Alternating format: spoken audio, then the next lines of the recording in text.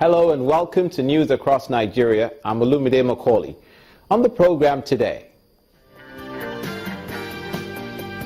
the federal government of Nigeria reveals plans to audit activities at nation's ports as part of plans to fast-track the processing and clearing of goods and improve the economy.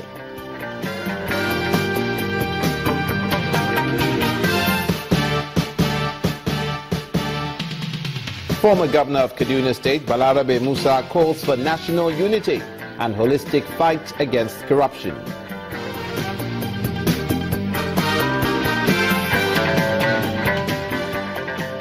And airlines cut flight schedule by 40% as scarcity of Jet A1 aviation fuel hits industry again.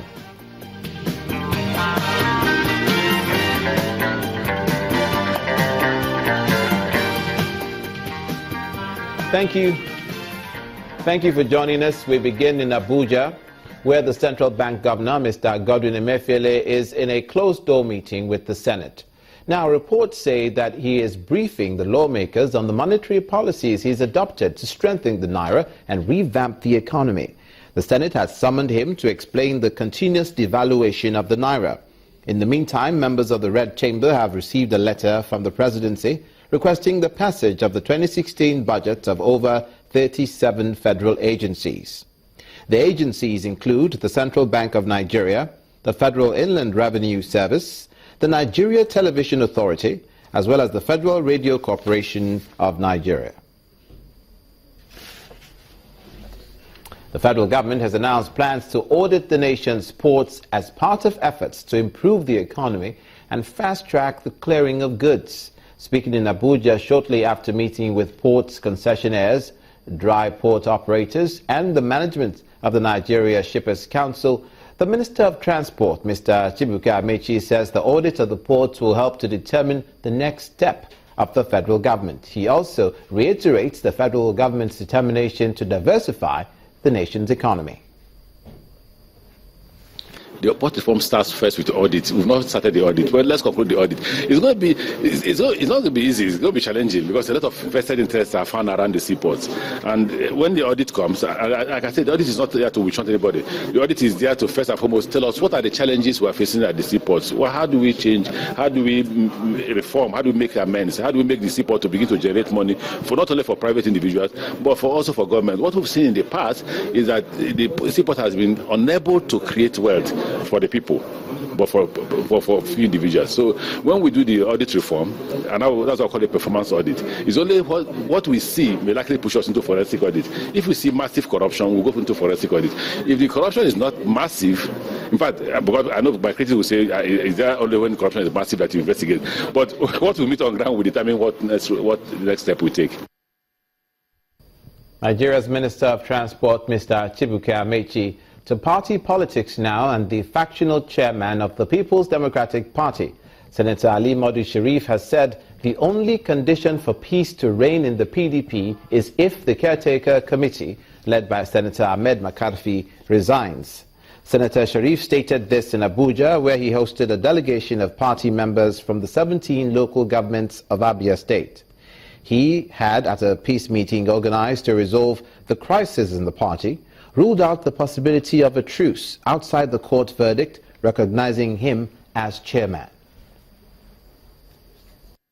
The problem of the PDP is to rectify the foundation. Yes, we met, we have talked.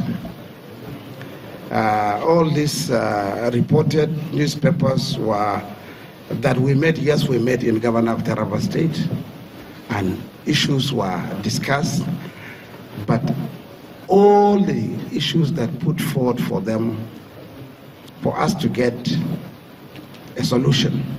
Number one solution that I propelled for them was for Makarfi Caretaker Committee to resign, since it is an aberration as far as our constitution is concerned. At that point, I can give away my mandate, which does not finish until 2018, and all the other members of the party. If this was adhered to, would have had a headway, because I want to make it clear that the tenure of my working committee does not finish until 2018.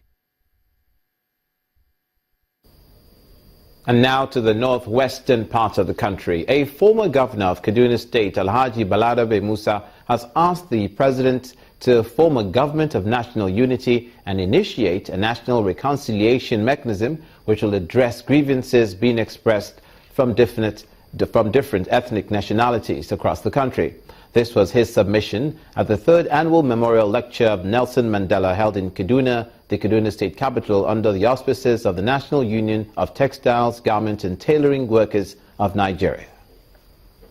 Gathered in this hall are labor leaders, rights activists and social commentators.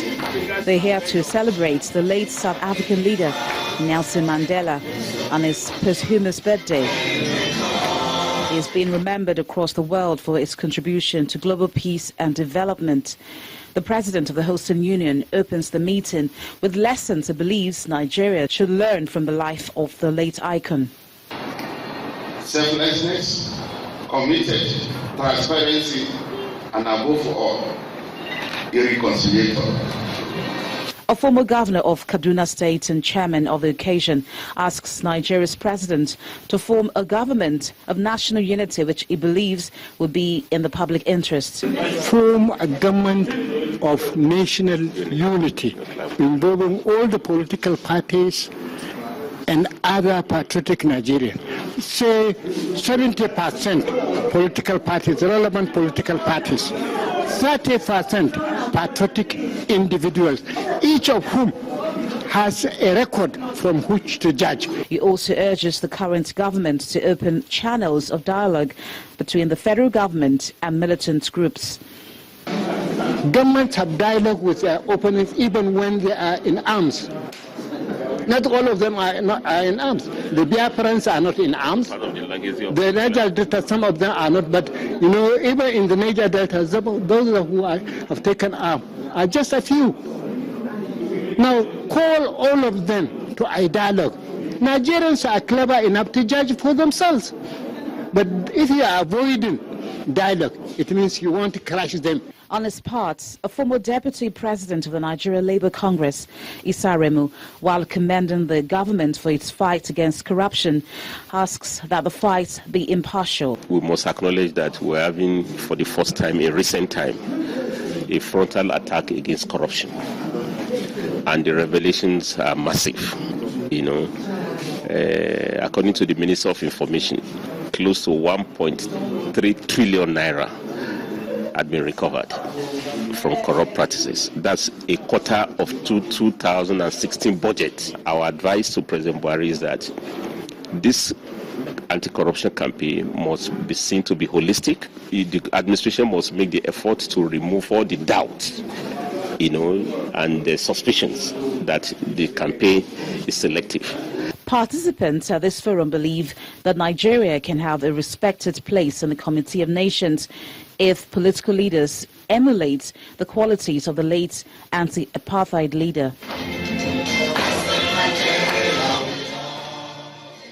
To the southeastern part of the country now, the Abia State Governor, Okezie Ikpeazu, is concerned about the political atmosphere in the state, which he describes as a threat to democracy and economic development.